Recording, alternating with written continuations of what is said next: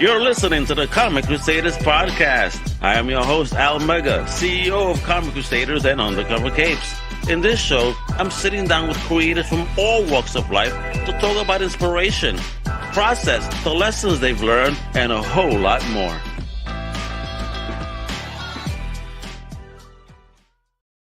Well, what up, everybody? It's your boy, Al Mega. Thank you for listening to another Comic Crusaders Podcast.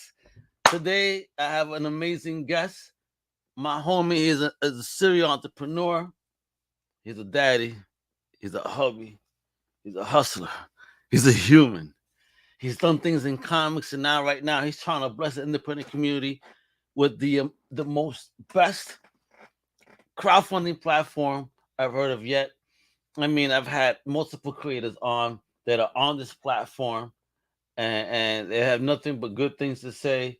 I mean, the platform is called Zoop, ZOOP, and you can check them out at ZOOP.GG. And let me bring on the big homie right here, the big brains, the one and only Jordan Plosky. Yeah, what up, kiddo? How you doing? You make me feel like I'm in the club, Al. Like I just want to get nuts right now. Yeah, let's do it, bro. Yo, man, let me play some music. We get in there. Hey. That's Jordan, awesome. what's popping, kiddo? How you doing? Doing well, man. Thank you for doing this again with me. I know we tried doing this and then it didn't work out. Technology is here to help us, but sometimes fails us as well. But thank you again for your patience. Thank you to your audience for coming back, hopefully, to hearing me talk, for lack of a better word. Can we curse? Yeah, absolutely. This is an adult show. I don't make the shows for kids, yo. All right, I'm an adult. I don't making stuff for kids out here. I have a 21-year-old daughter now. She's heard enough. She's heard all.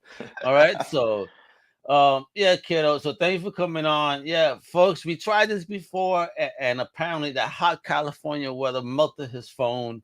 You know, unfortunately, but right now he's back, so it's a good thing because this platform is amazing.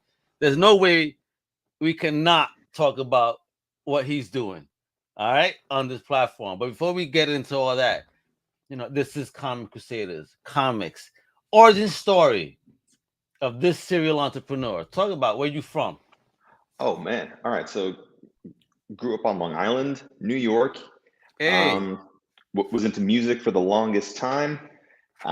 Music and comics were kind of like the two things. Professional wrestling. Were you a DJ or some shit from Long Island? What's that? Were you a DJ JP or something? What's going on? I was a drummer actually. So word? Yeah, I did play music for a real long time. Probably from like the time I was 14, played professionally for a while until I was about like 31, 32. And then sort of left that world behind, became a family man, started my first business. Okay. You know, this is sort of the very long story short. But the first business was also in comics, and it was called Comic Blitz. It was like Netflix for digital comics, or for this audience, like Comixology Unlimited, right? Okay. So subscription-based digital comics. We wound up selling that company to a video streaming distribution platform. So, you know, like just any of those TV streamers, Gotcha. movie streamers, and then they had the comics as part of their offering as well. And then when the pandemic hit, it was seeing comic shops close. It was seeing, you know, Diamond shut down, and seeing that there's like some holes in the industry. How can we solve some of these problems, right? And like DC Comics had slashed their output by 25% or something like that. All this means less work for creators, you know, in the traditional way that people were used to creating and distributing comics.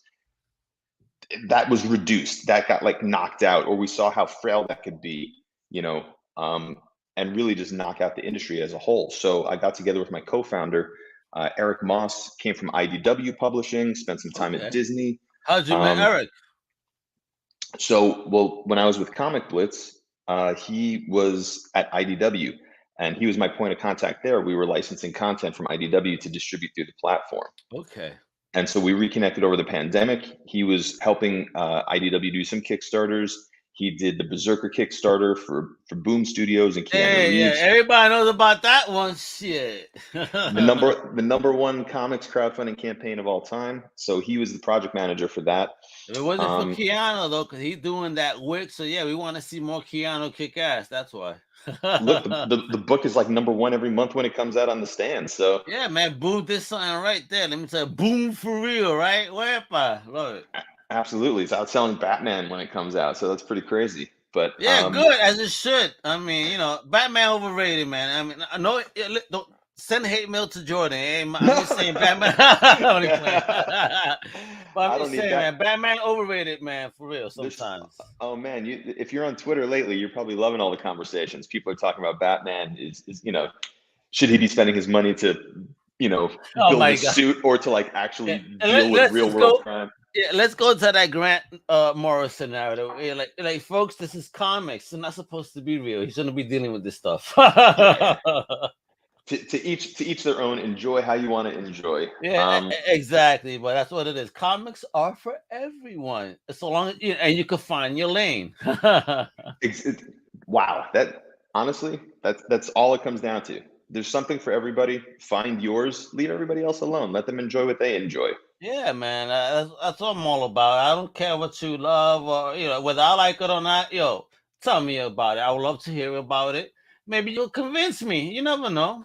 Hey, I could spend a whole hour talking about the first 25 issues of the New Warriors from 1991. So that's like my desert island run right there. My boy Han, shout out to the copy. He would love you because he was trying to sell the hood back in the day on the New Warriors, and we weren't listening because we were doing other things, and other stuff. He didn't know you gotta check out this. It's dope. Dad was doing the what was it? The Guardians of the Galaxy, but the Valentino run. Yeah, sure. He goes, "Oh, you guys gotta check out this. It looks too silly." But yeah, that was the thing. So, classic run though. That original Guardians run was sort of like it legitimized.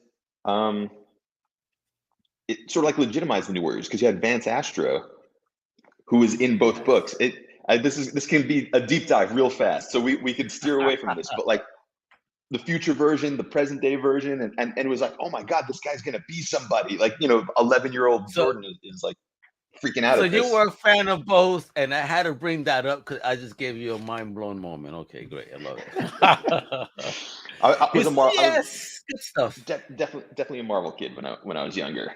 I mean, even Dark Hawk though. I mean, my favorite was from then. I love Terra Inc. When they did that run. I love that sick shit because that was Chew before Chew. He was putting on dead people's bodies, if you will, and parts, and like identifying what happened. And what does Chew do? He eats, which is worse. I'd rather put somebody's arm on or something and eat it. I love Chew, man. I thought that's like a great run. Yeah, they need to take advantage of that actor that looks just like him before you get any older. Like right now, I forget his name. You gotta excuse me, but there's a particular actor out there that looks exactly like Chew would look like. He's ideal. I think he was on The Walking Dead for a bit, or Fear the Walking Dead, one of those two. Oh, the guy that played Glenn? No, it's some other act. I'll remember eventually. Forgive me. Okay. I remember eventually his name, but he is like ideal. Sometimes I see a person, I'm like, shit, they were made for this. Or the artist took inspiration from them, For sure.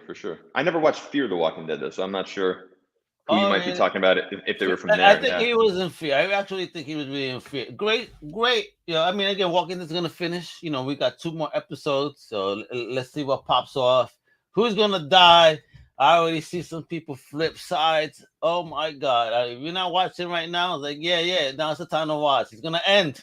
I bounced out a couple seasons ago. Come on, just come back for the finale. Watch everybody die. Come on. Yeah, maybe. You're selling me. You're selling me now. Yeah, like Arnold would say, "Come on, run to the top and go watch him die now." We'll do, Arnold. All right. But bro. Yeah. So, who got you into comics? Because before we get into the amazing platform that you have, but what is this love? Because your first company had to be comics related. So why that? It's funny. Like a lot of people always ask, like, what was like your entry, or what was that first one, not who got you into it. And like I would have to think it's probably a combination of like going to the candy store with my dad and picking up like an Archie or like a G.I. Joe. And I couldn't tell you any numbers or like anything like that. You were just picking up. I mean, especially the G.I. Joe, you saw it on TV, so I'm pretty sure you would be elevated to like, oh. Yeah, and checking that out. But then a buddy of mine in middle school, like he was probably like my shepherd, if you will. Like I thought he was cool, and he was a great artist. Like he would draw Spider-Man, and oh, nice. Like I'd be blown away like by what he was doing. And we go to shows, and there weren't conventions then. They were just shows, like hotel shows, a rinky-dink room, couple of tables, and you hopefully find a deal. Exactly. And they had them at like the local high school too and stuff. Because like this is, dude, it was hot, right? Like 91, it was like the boom period. Yeah, bro. But you know what? But that was a great time to still find gems in those $1.50 boxes.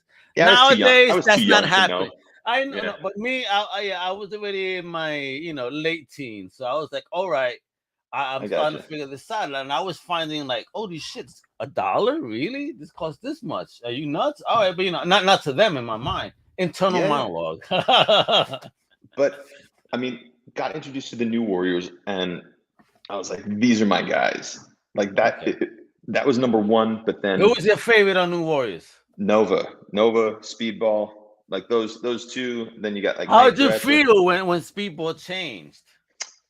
I was kind of out of comics by that point. Like I never read the Penance, the Penance stuff. Yeah. Like when I sort of looked like cool though, cool as F, bro, for real. Yeah, but I think like the whole thing was like he would hurt himself to unleash his power. Like it was like a weird sadomasochistic kind of thing. I don't know. Hey, that's what the writer was into apparently. Hey, where? But then at the same time, like you had balance, and like Vertigo was big with Sandman, and like I mean there's just so much going on at that time. So that was like the era. And then sort of like I got out of it for a little bit, and then the movies started coming out, like X-Men and Spider-Man, and I was like, I know all this stuff, like this validates everything I used to do, and like kind of got me back in. Like Ultimate Spider-Man, when that came out, all of a sudden friends that didn't like comics were like, hey, did you see this movie? They were calling you, hey, you know about this? Exactly. And here, like I have like all the knowledge of it, so I'm enjoying it on a different level than everybody else. It felt like I'm in the know. It was cool. And then like so I was touring. I was a musician and I was touring, and then sort of like simultaneously. Yeah. Touring with anyone we know? Yes, but that's maybe for another time. Oh, really? Hey, so you were a journeyman? What instrument you play? Drums. The drums. So all right. So you were a journeyman doing some things for some stuff. Yeah. Hey, check you out. We will talk about music another time. We have a whole show for that too. Don't you worry. For another time. Music Crusaders, yeah. Yeah. But the cool thing was, like when I was on the road was when like Comixology started happening, and I got my first iPad.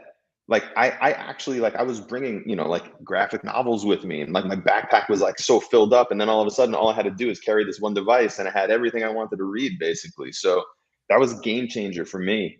And it just made it easy and accessible to like really get back into like everything. 2012 Valiant came back, and that like rejuvenated it a whole lot in me again. And I have a great story behind that one, because I was early on the brand, and I kind of challenged them. And at the time, and that was Dinesh still running the company. I was like, I don't know, why should I like this? He responded to me, go to Comixology right now and buy the Harbinger.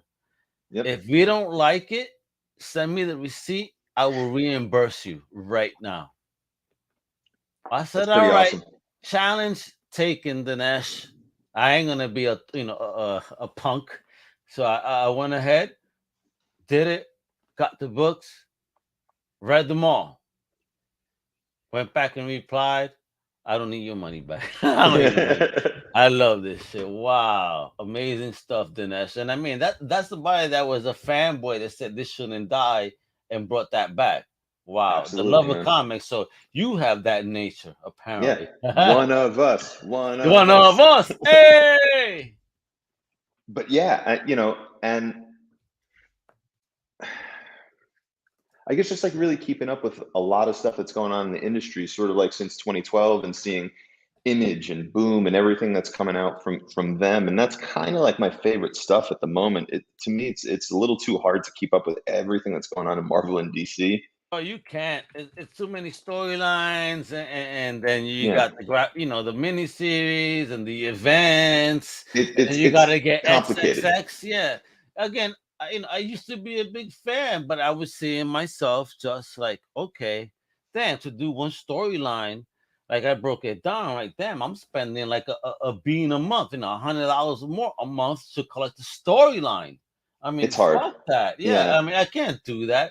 Again, that's why I've always been a fan of my Spawn and my Conan. These are something that lives within its own universe, and I don't have to go spend that heavy dollar. So I'm Well, really now you pulling do. Now back. you got like 5 Spawn titles you got to go get every month. But you know what though? But I'll drop everything else, and I'll get my Spawns. I'll get my Conan. I'll get my Barbaric, which I like a lot. You know what I mean? Barbaric is sick. I love Barbaric. Yeah, that's the kind of Volcom is stuff. Like, killing it. Yeah. yeah, Vault's doing some great stuff right now too. I know I'm leaving people out, and Yeah, I it's get not my intentional. Noctera from Scott Snyder. I love Sure, Scott sure. Noctera.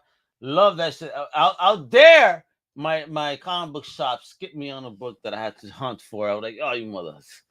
Jeez, I told you guys never to take this away from me. And I There's do all another. the milestone. That's the only thing too.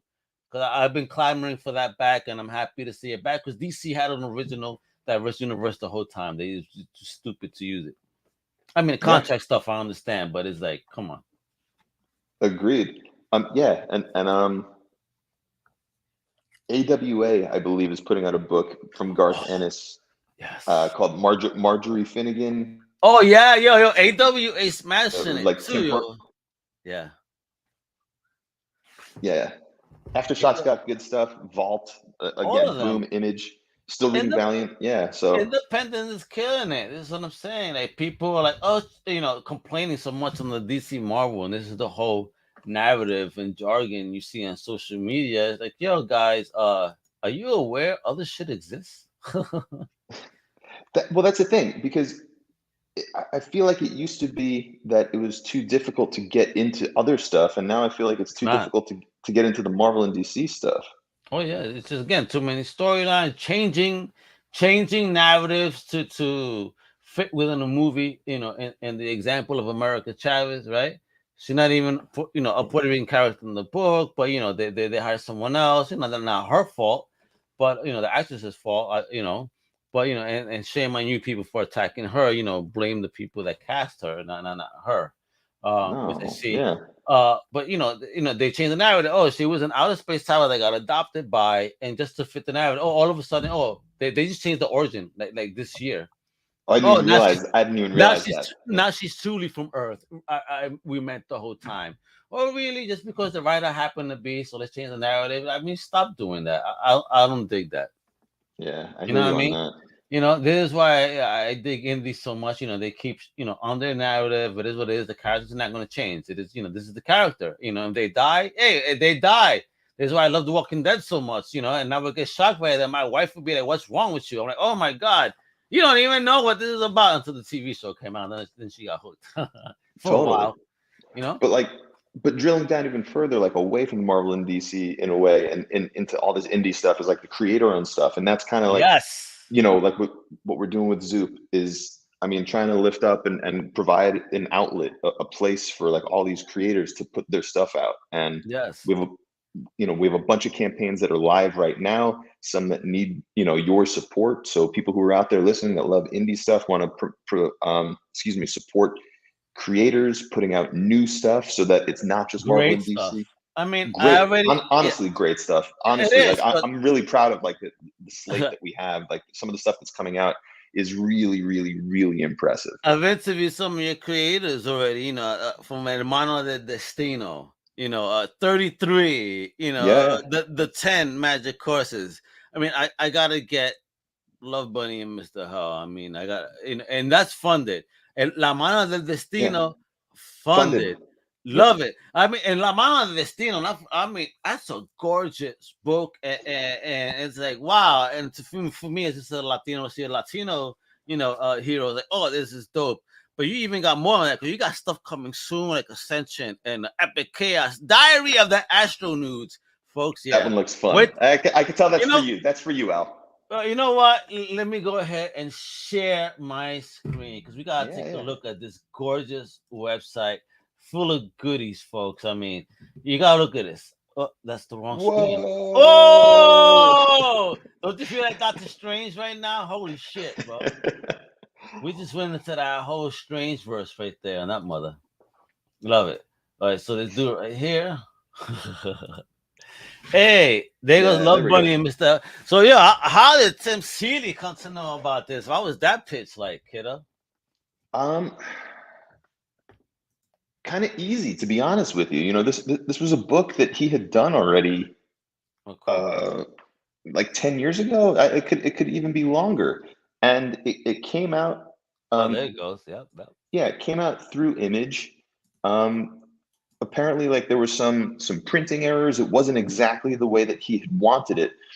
So, he retains all the rights, and he had just finished a campaign for Hack Slash over on another platform. Okay. And he was like, you know what?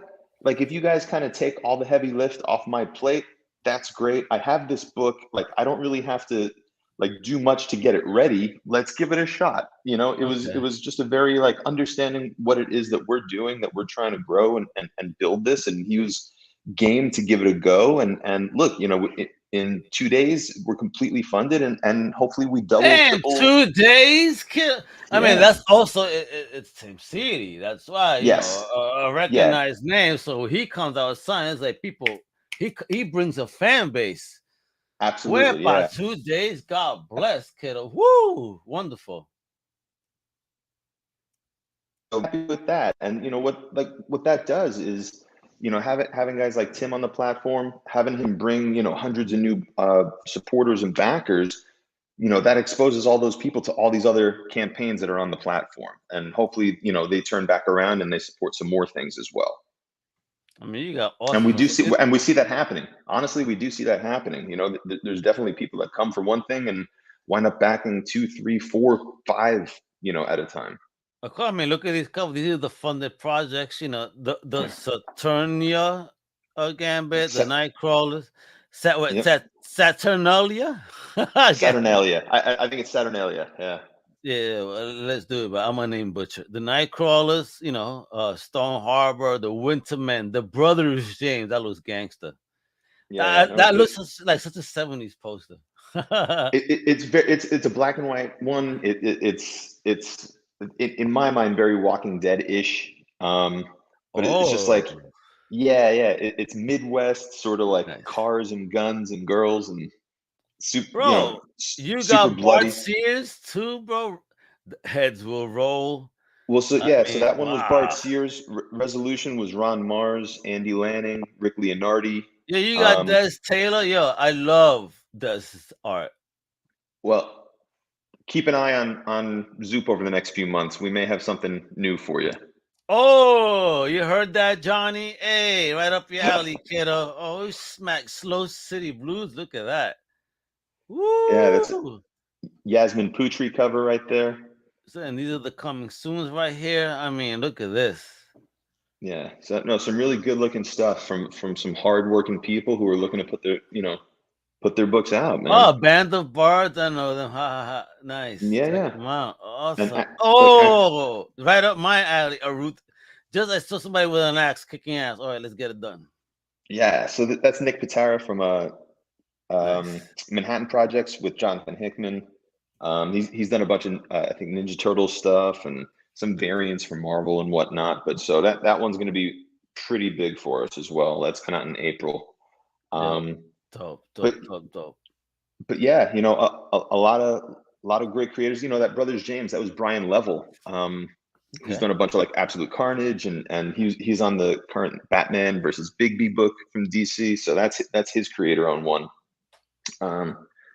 So yeah, some creators at that level, and then some newer creators that are coming into the industry, or have like a 1 campaign, 2 campaigns under their belt, and just looking to really start a career and put their stuff out there, and build their base through crowdfunding. So what does you guys offer over any other crowdfunding platform?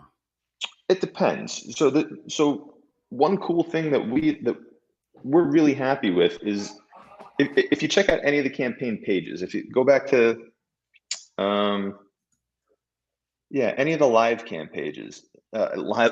campaign pages, excuse me, the top row there, and what you'll see is it's not the reward tier system that you're used to on other platforms. This is more a la carte. It's more e-commerce.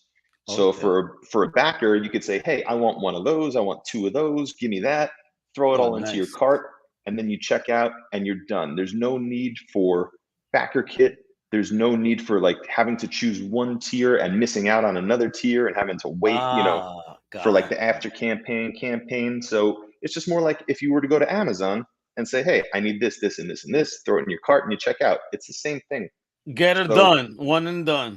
Exactly. So we streamline that process. We make it so much easier for the creators and for backers as well. So, and who does that? Is it up to this? I'm the creator. Am I having to upload this, or does in-house take care of it? Who manages all this for me? Because I am a creator, for example. Oh, do tell, Al. Maybe we're gonna have you on the platform one day, huh? You never know. Hey, heard it here first. Huh? You never know. You never know. Come on over, Al. We got some toys to play with, but no. So right now, because we're a new platform, and originally we were one model where we were handling all the campaign management, we were handling all the printing, all the fulfillment for every single one of them. Oh wow, you were handling fulfillment at all? Oh shit, okay. Yeah, but now, because Kickstarter made their announcement in December about moving to blockchain. Long story short, a lot of people are not happy with that and are looking for alternatives. So now we open up the doors and we're offering a more streamlined platform. We can't provide all the services to everybody. We just don't have the bandwidth for that. Gotcha. But what we are doing is more apples to apples with Kickstarter. So people can come on, we'll charge the platform fee and the credit card processing fee. And we're going to do some light administrative work as well on the front end, and help with goals and setting up the page. We are the ones that physically set up the page. And then on the end, when it comes to pledge management and trying to track down people and credit card information and addresses and stuff, we'll help with that as well. Oh, cool. And because we eliminate the need for backer kit, that helps everybody streamline and spend less time on their campaigns. Love it. So, but what if I wanted to get some help with printing, or do you guys have the available resources to point us in the right direction? Are there partners within Zoop that you guys use that could help the creator make the process easier to allow us to just create? Yeah, it's a case-by-case basis. A lot of times, a lot of these creators are coming and they're either A, not asking for it, or B, they've already done something like this and they have their resources. A lot of people come prepared, like they know, like, hey, I'm going to do crowdfunding, I should line all this stuff up. Gotcha. So it's impressive to see like everybody with an understanding of sort of the process, So do you think that's the best lane to take then? If independent creator is going to approach any crowdfunding platform, be prepared first before you even bring it? Yeah, the more preparation you have, the better chances of success you're going to have. Look, crowdfunding is not guaranteed. It never is. But the more you prepare, the more you build up and establish your own organic network before you launch a campaign, you'll have that pool of people to draw from. It just makes it so much easier to attract the number of people that you need in order to raise thousands of dollars to put a book out. So as much prep work, as much legwork as you can do beforehand always increases your chances. Again, no guarantees in anything, but certainly increases your chances. I mean, and you guys help with all this, even that's this verbiage, for example. Yeah, well, I mean, like, we'll sort of lay out what's necessary, right? Like, hey, tell us a little bit. So you have your template, if you will. Exactly. Okay. Yeah. We have a document that we share with all the creators. We have a spreadsheet for like all the rewards and all the imagery that needs to go in. So we try to make it as easy as possible. And quite frankly, we don't get a lot of questions, which is good. I think we're doing a good job of making that is a good thing. The less questions, the better, kid. I mean, there are no such thing as stupid questions, but when you don't get any, that means you're doing a good thing. And how did you learn how to do that? Look, I'll give all the credit to Eric, my partner. He was the one with the crowdfunding experience. I'm the guy, you know, who knows. So you're the student and he's the sensei. Oh, absolutely, dude. Eric is the day-to-day handling all the heavy lift for every single one of these creators and all of our clients. He's the one that's creating all these pages. I mean, yeah, he's the one with the brains for crowdfunding. Again, like I'm the one that knows how to like start a business, run a business. Work with the technology and the user experience. We also have a third partner. He's our CTO. So basically, you're the nerd and he's the fun guy. If you want, sure. He'll like that. He'll like that. So he will. Shout out, Eric, man. You're right. We gotta have you on too, so we could talk to you about, you know, how you view this bad boy. I mean, and so what's up, man? What are we getting with this newsletter when we sign up? You're going to know about all the campaigns that are coming up. You'll be there for launch dates, for the early bird specials, for any kind of sales that may be going on. Ooh. That's kind of like one of the things with us is we could be flexible. You know, if someone has a piece of art or they want to add more commissions to their campaign page, they want to change things up, we're here for it, man. There's no reason to put parameters on a campaign. We're here to help people succeed. If they're not succeeding, what can we do to help them succeed? All right. And so with that, how's the customer service? Is it 24/7 operation or is there set hours, you know, for if anyone has any questions about the platform? Yeah, I mean, look, you know, people hit us up at hello@wearezoop.com, and that's kind of the place to reach us for any questions, concerns, customer support, anything like that. So you're looking at customer support right now. So if I'm not sleeping, I'm getting back to you soon. There you go, folks. Let him sleep, man. You know, he needs to help build this platform so that way he can make sure that we all are, in fact, a success. You know, when we line up our projects on something as great as this, man. But you know, why did you feel the need for Zoop, though? What was it? What was that key point when you said that the world needs Zoop? The fun. So, interesting question. So, like when I started my other business, Comic Blitz. And there wasn't a need for it. Okay. It was something I was interested in. I wanted to do it, but I realized I wasn't really solving anybody's problem. There was already solutions out there. I wasn't really changing anything up. But like I said, the original model was sort of this full service platform, you know, that takes it from A to Z. And that was the big differentiator. That was like, hey, like, crowdfunding is good, but it could be so much better. And that was kind of where we came in, and we're attracting, you know, a whole bunch of creators that maybe would never have thought about doing it before because they're like, I don't want to sit in my apartment packaging 500, you know, boxes full of stuff. Who wants that? Or I got to juggle my day job or my other freelance work. I don't have time to like run this campaign full time. So, you know, thinking about like the ways to make it easier, lower that barrier to entry, you know, that's kind of what spawned it. And just seeing that it was on the rise, e-commerce on the rise, crowdfunding on the rise. People are adapting to it. They're understanding the model. So they're understanding the value behind the model. I think that's the key point. Not just the model, but the value behind the model. Because again, you're not going to be held at the mercy of contracts that are going to be raping your creative resources. You know what I mean? So 100%, right? And when I say 100%, creators retain 100% of everything, all their rights. We don't, you know, we don't take anything there. And the community that's being built around this right now is like really impressive to see online, people supporting and like really trying to like get behind us and what we're doing, because it is important in the industry and people are looking for a platform support like this, not just for them, for their friends, for other creators that they support. So, you know, for all those reasons, it's super proud of everything we've done so far. And you know, we're going to keep growing this thing so that we have as many creators as we can host. Excellent. So, what about time limits of campaigns? Is there a firm time limit, or is that something that's customizable? For the creator, how does that work? Customizable and flexible. All right. So, okay. So, what's the maximum?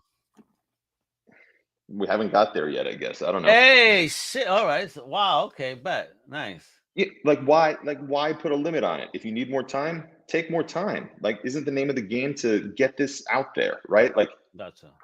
What difference does it make to literally anybody if you're close to your goal, you're not hitting it, throw on an extra week?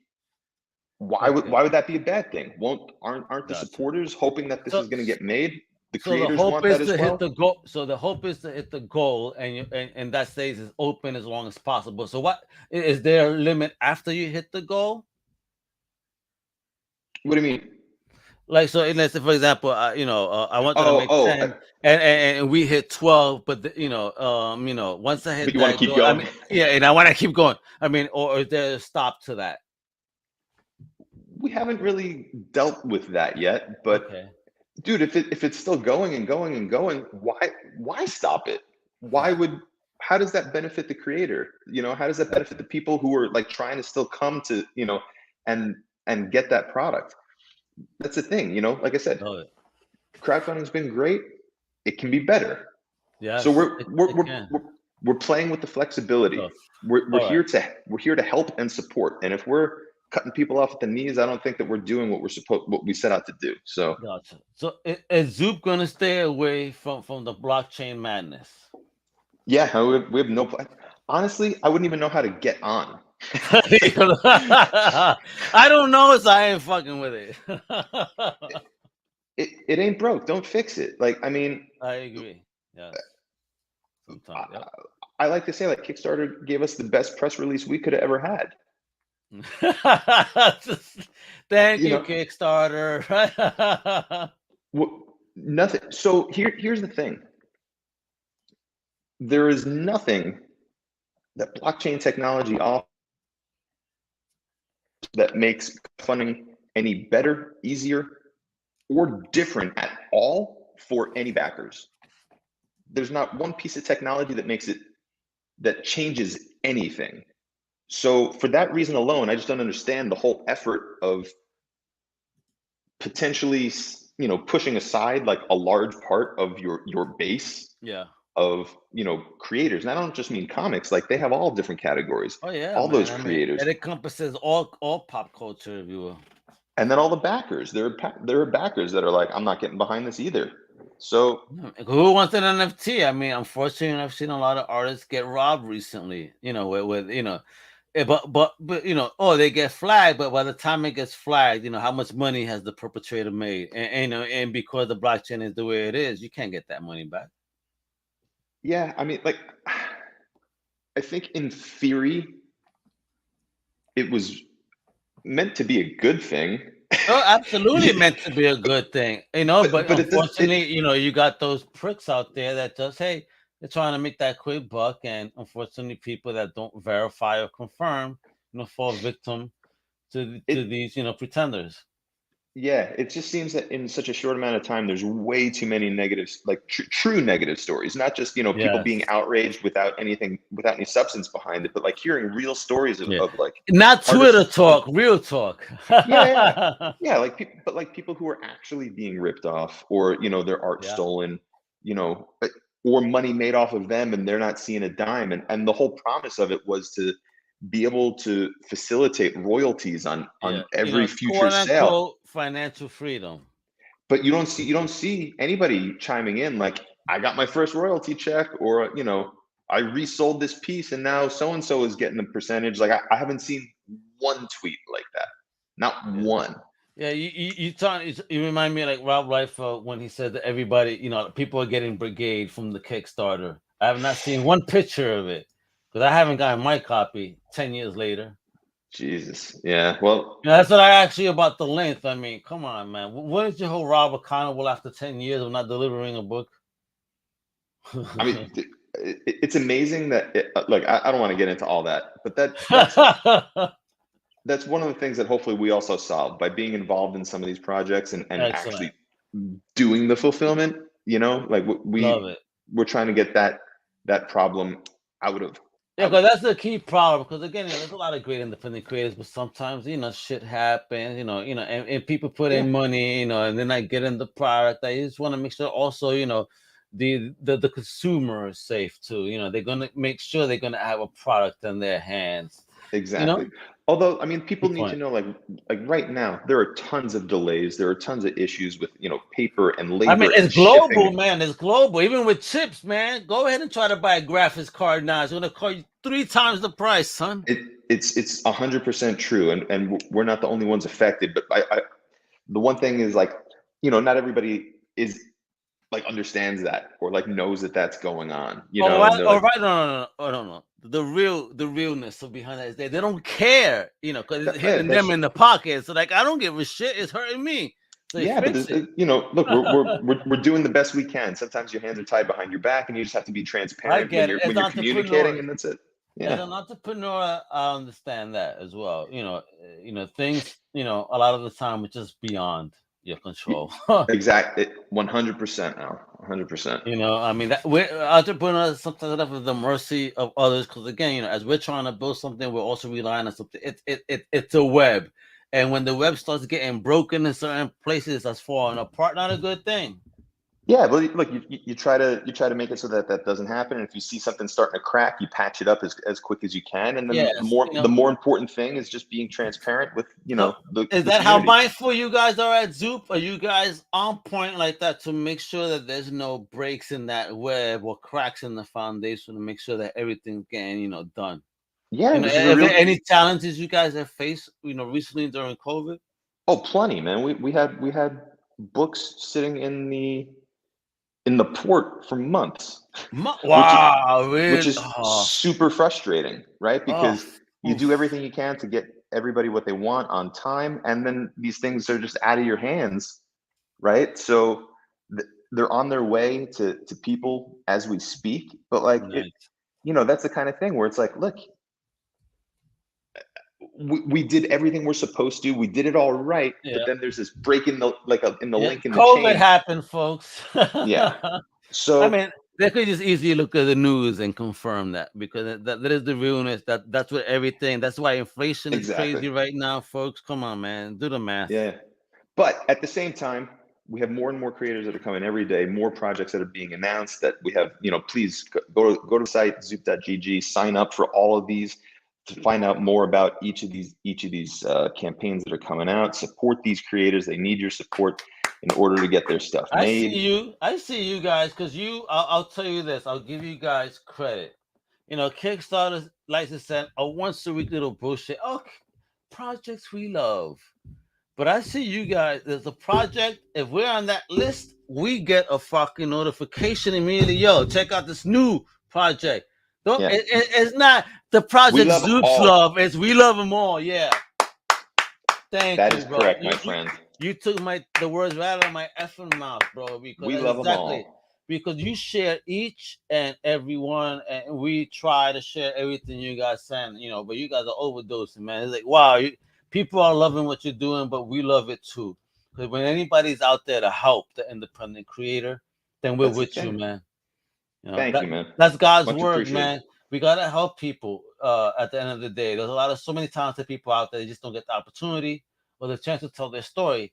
Because believe you me, man, there's so many amazing stories yet to be told that we haven't heard, and we could find so many of them on platforms like Zoop right now, and again, that are actually in service for the independent creator, which is key. And I mean, and this is the independent creator across all types of stuff. And, are we limited to books on Zoop? No, man. Look, I mean, that's where we're starting, right? I mean, everybody's got to start somewhere, and that's my background. That's my partner's background. But we have big ideas, so much more to come. Yay! Next time, Al. Next time. Hey, what's next time? I'm trying to get a scoop here. What do you think? Anything in the works that you could tease? I mean, any announcements? A month from now, 2 months from now, 3 months from now, 2023. I mean, when can we hear of the latest developments in Zoop? Because you're the type of dude that again, you're a person that likes to do business. You're an entrepreneur, and I know your mind don't stop going. Those gears keep on rolling. All right, Al, since you asked, I'll give you this, and then, unfortunately, my friend, we're going to have to wrap it up, but we'll end on a high note. We have a highly recognizable IP that we are doing a jigsaw puzzle for. Look out for that. I'll say by the month of April. Oh, for around my birthday. Happy birthday, Al. Happy birthday. Well, I'm gonna need you to come back on when that announcement happens, so we could, sell it and tell people why they're gonna need to buy it. And I know I'm gonna need to buy it as a birthday gift to myself. Jordan, you've just been an amazing guest. Thank you for your entrepreneurship, your creative energy, wanting to help the independent community. Just giving you your flowers, bro. You are a hero in the independent comic community. So thank you, my brother. So, same to you, man. Amplifying voices for real. All the time. I see everything that you're doing online and on Twitter and everything for the community. That's inspiring stuff too, man. Keep it up. Much appreciated by everybody. It's love, man. Follow my homie Jordan right here, Jordan Plosky, and Zoop at We Are Zoop all over Twitter, everywhere. But please, most importantly, visit the website ZOOP.GG. Oh, that's a rap song right there. We gotta come up with something right there. ZOOP.GG. Hey, here we go. Oh, I love it. I mean, Zoop, telling you, this is an amazing platform. If you guys are fans of independent comic books and creation, this is the place you need to go to right now. Support these amazing creators for amazing projects. Jordan, thank you again. I'm Al Mega. The outro tell you what to do, folks. Hasta la próxima, mi gente. ¡Huepa! Thank you for listening to the Comic Crusaders Podcast. If you like the content, please subscribe and turn on notifications. Also, please visit comiccrusaders.shop and our extended podcast family over at undercovercapes.com. And also, make sure to download the Comic Crusaders app on the Google Play Store today.